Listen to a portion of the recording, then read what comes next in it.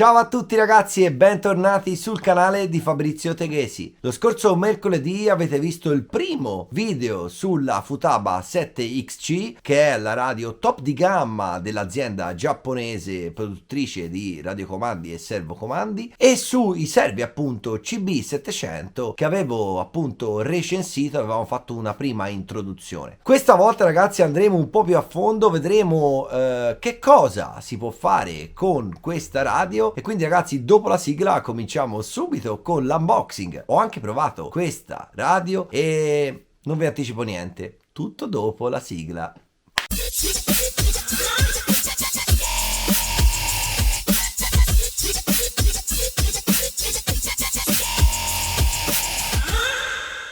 Eccoci ragazzi, prontissimi per l'unboxing della radio, godetevelo e guardate ragazzi l'estetica perché è veramente bella. Io non so se dal video si riesce ad intuire quanto realmente sia bella e accattivante il design di questa radio, ma vi invito ancora una volta a dare uno sguardo approfondito anche alla confezione, a come si presenta ed ovviamente anche al contenuto della confezione, dove troviamo un manuale di istruzioni non in lingua italiana, short manual. Troviamo ovviamente una ricevente, la R334 SBS. Troviamo ovviamente un portabatterie. Troviamo anche un cacciavitino di plastica che è sempre stato presente nelle confezioni Futaba. Troviamo dei tappini per inserire nelle spinette non utilizzate della ricevente, non fare entrare così polvere dentro il case della ricevente stessa.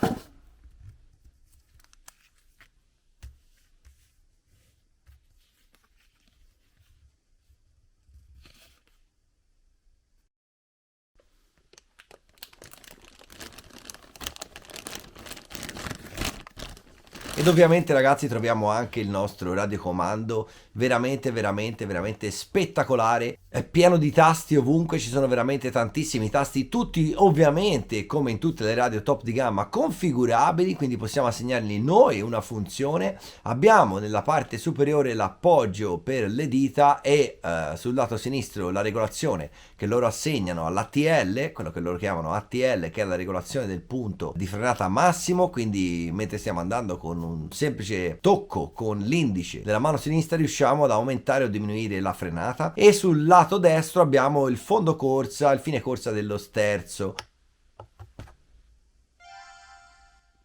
Accendiamo la nostra radio e guardate che spettacolo ragazzi.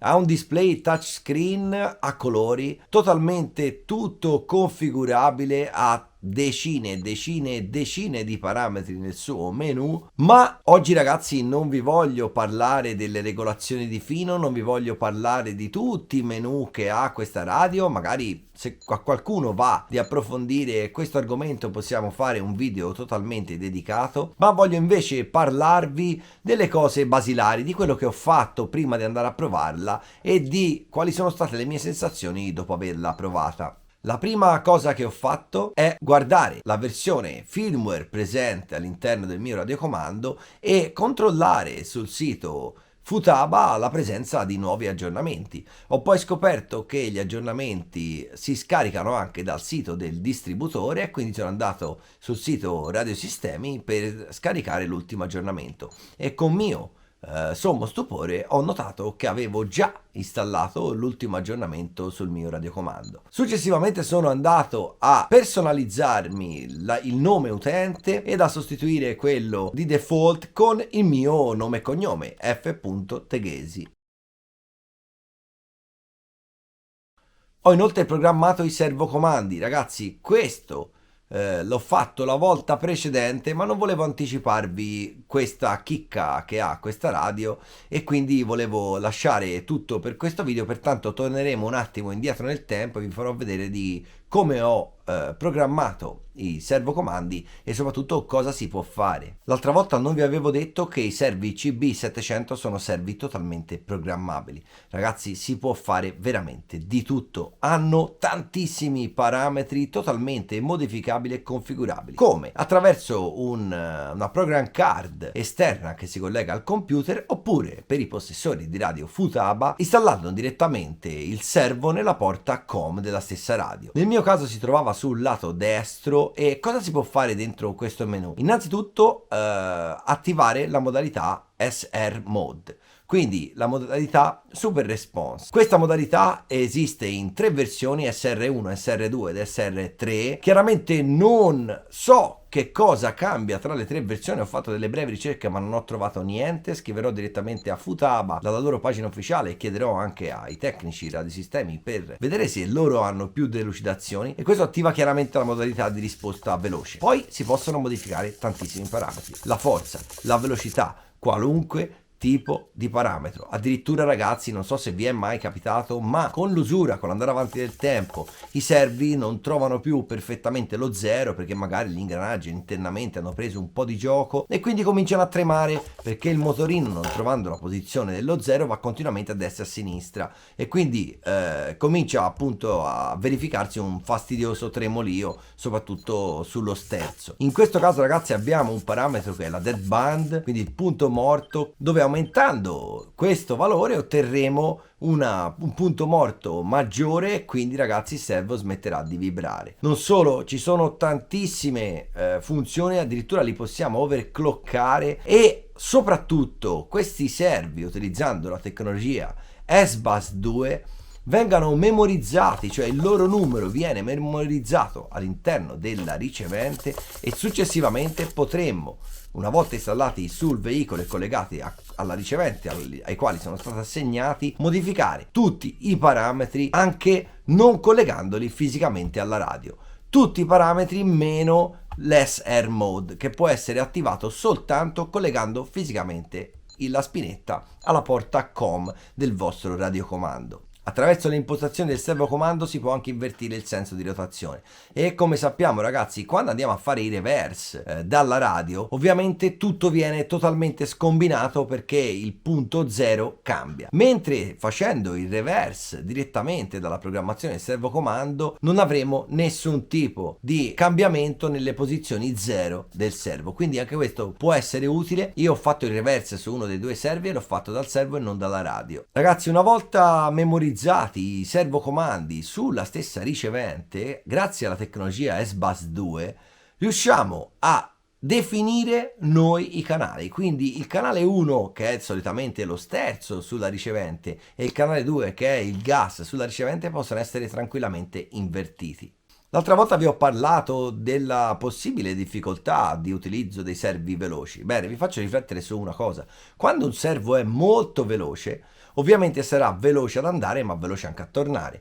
Quando invece un servo è lento, sarà lento ad andare ma lento anche a tornare. Cosa vuol dire questo? Che nel caso dell'andata, quindi ad esempio mi immagino un servo montato sul gas freno, potremmo avere difficoltà a utilizzare dei servi veloci perché magari, essendo il servo troppo veloce, ci crea difficoltà di guida perché renderà la macchina molto impulsiva, e questo è ok, ma attraverso quasi tutti i radiocomandi professionali possiamo modificare la velocità del servo, che è divisa in velocità di andata e velocità di ritorno. Pertanto, mentre sì, possono esserci difficoltà quando un servo è troppo veloce a aprire il gas, sicuramente avremmo comunque necessità di un servo più veloce possibile a chiuderlo il gas. Pertanto, con un servo molto veloce, rallentando soltanto l'andata, si avranno vantaggi rispetto a un servo che è lento sia in andata che in ritorno. In sostanza, utilizzando dei servi veloci avremmo la possibilità di renderli lenti o veloci a nostro piacimento, ma soltanto nella fase di andata, mentre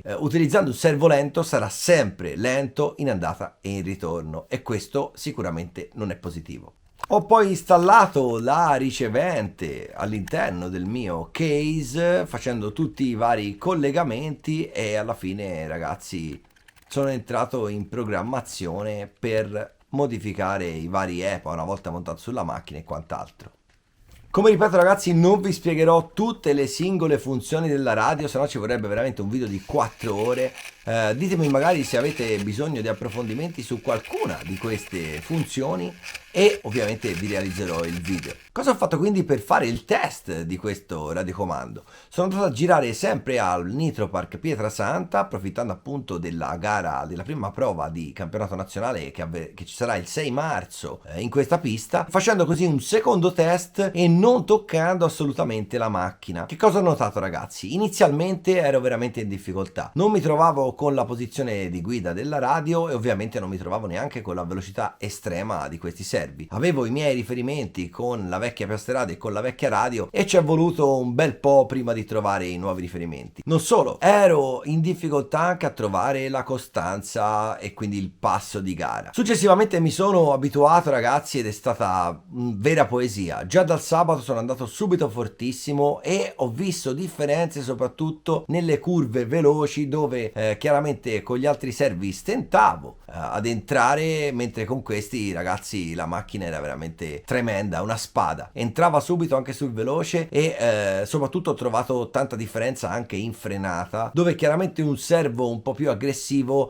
mi faceva avere un'impronta sui freni, un feeling sui freni nettamente migliore rispetto all'altra piastra radio. Inoltre ragazzi ho dovuto anche modificare le molle degli ammortizzatori della macchina mettendole più dure, perché con il setup della volta precedente la macchina rollava molto di più, tendeva molto di più ad appoggiarsi e anche nei cambi di direzione si schiacciava tanto sul laterale, quindi aveva troppo rollio. Questo è dato chiaramente dall'impulsività del servocomando e dall'impulsività mia, che ancora non avevo perfetta sensibilità sui comandi, che chiaramente facevano appoggiare la macchina a più del dovuto. Infatti nei cambi di direzione ci ha agevolato tantissimo l'aver messo delle molle più dure di quelle che usavo la volta precedente e ragazzi, io non vi voglio dichiarare i tempi perché non avrebbero senso, non avrebbe senso il miglioramento che ho fatto. Vi dico che c'è stato un miglioramento sul giro bello, imbarazzante. Non lo dichiaro perché tanto, ripeto, non ha senso. Siamo sempre tra un giorno e un altro, una pista cambia, magari non è tutto oro quello che luccica, eccetera, eccetera. Ma ragazzi c'erano tantissimi pro e c'erano praticamente quasi tutti i pro più forti d'Italia. E